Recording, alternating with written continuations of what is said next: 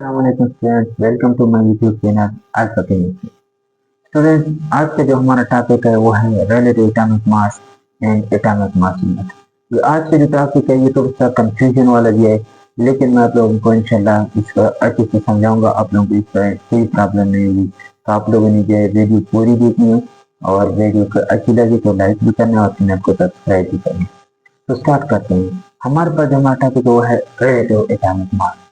लेकिन इस टॉपिक को स्टार्ट करने से पहले हम रिलेटिव मास देखते हैं कि रिलेटिव मास का मतलब क्या है। हमारे पास रिलेटिव मास का मतलब क्या है। रिलेटिव मास, अब रिलेटिव का मतलब क्या है। मतलब आप जब जाते हैं बाजार जाते हैं, वहां पर जाते हैं, वहां पर आप कहें कि हमें 1 किलो एप्पल चाहिए। मतलब आप जब 1 किलो का एप्पल चाहिए तो क्या करते हैं, तो इस तरह इनके पास एक तराजू होता है, बैलेंस होता है, इस तरह एक बैलेंस होता है। तो क्या कहते हैं कि इस साइड पर जो 1 केजी का ब्लॉक होता है वो यहाँ पर रख लेते हैं और यहाँ पर क्या करते हैं, यहाँ पर एप्पल रख देते हैं।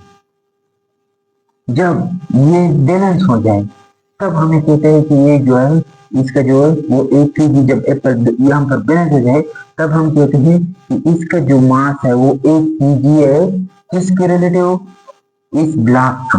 ये हमारे पास जो 1 केजी ब्लॉक है यह पत्थर होता है जो 1 केजी का होता है। तो ये जो सेब है जिसका हमने मास फाइंड किया है। अब ये हमने किसके रिलेटिव फाइंड किया, इस ब्लॉक की, जिसका वेट क्या है 1 केजी है। ये जो 1 केजी है ना, ये हमारे पास एक TIU का international union of pure and applied chemistry, उन्होंने क्या किया है तो उन्होंने हर चीज का एक स्टैंडर्ड यूनिट, ये हमारे पास क्या है, ये 1 केजी हमारे पास एक स्टैंडर्ड यूनिट है। हमारे पास क्या है, एक स्टैंडर्ड यूनिट है।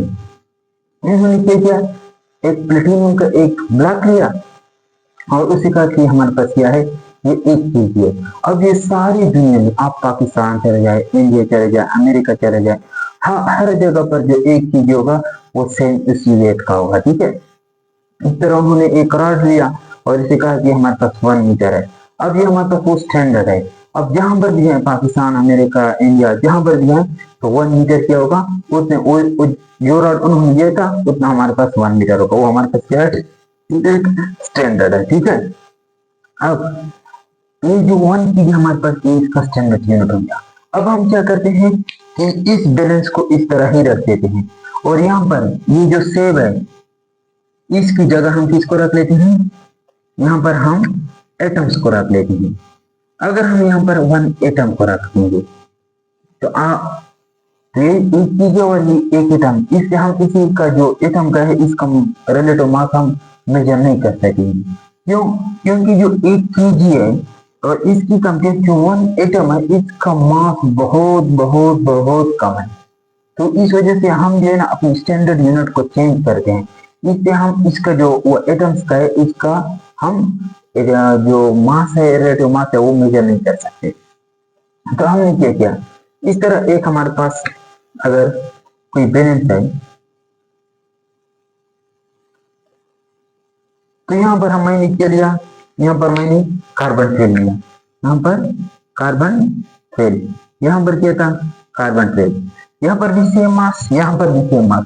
ये क्या है, ये बैलेंस है। अब मैं क्या करता हूँ कि इस जो कार्बन 12 है इसको मैं किसी से 12 पार्ट्स पर डिवाइड कर, इसकी जो 12 टुकड़े करता हूँ, 12 पीसेज। मतलब इस तरह अगर हमारे पास कार्बन 12 है तो इसको क्या, इस तरह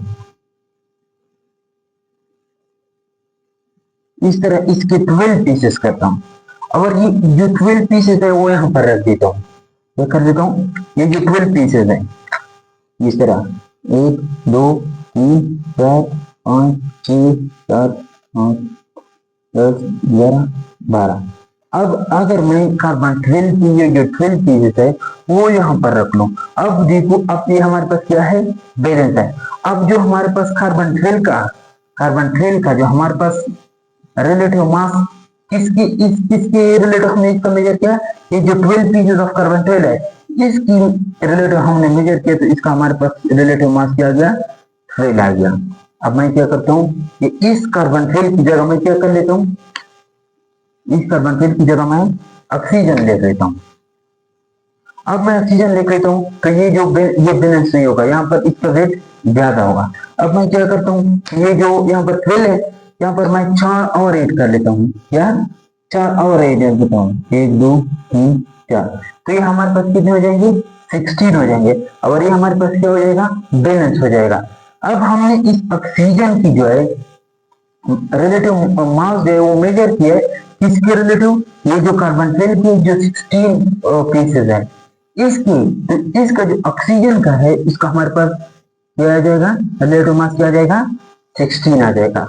अगर इस तरह मैं सोडियम का ले लूं तो यहाँ पर हमारे पास कितना आ जाएंगे, 23। तो इस तरह जब हम किसी भी एटम का रिलेटिव एटॉमिक मास मेजर करते हैं तो किसके रिलेटिव मेजर करते हैं, ये जो कार्बन 12 है उसकी जो कार्बन 12 है इसके रिलेटिव हम क्या करते हैं, इसकी मास को मेजर करते हैं। तो रिलेटिव एटॉमिक मास का हमारे पास डिफिनेशन क्या गया, the relative atomic mass of an element is the mass of an atom of an element relative to the mass of 1/12 mass of carbon 12।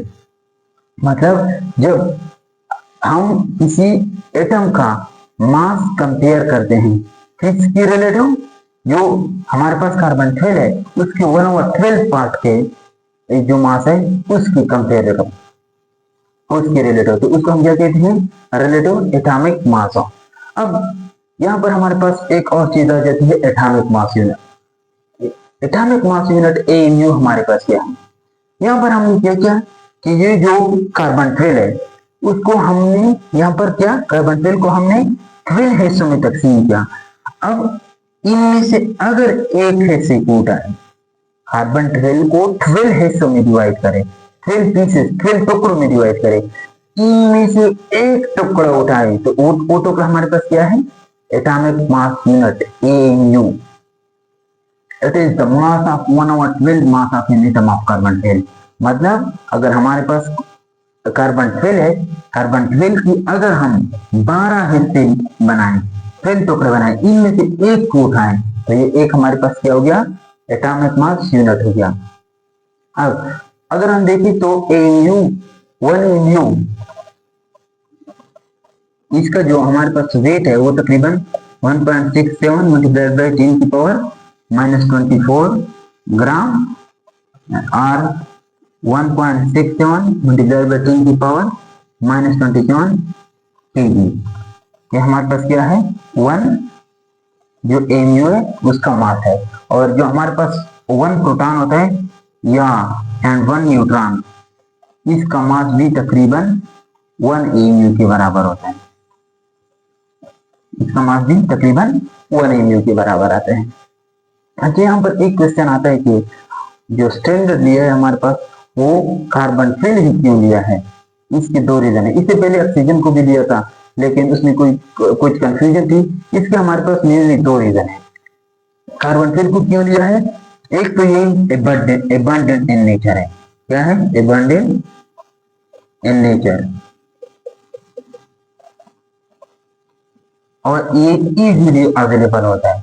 Abundant in nature easily available होता है। और दूसरा हमारे पास ये क्या है, स्टेबल है।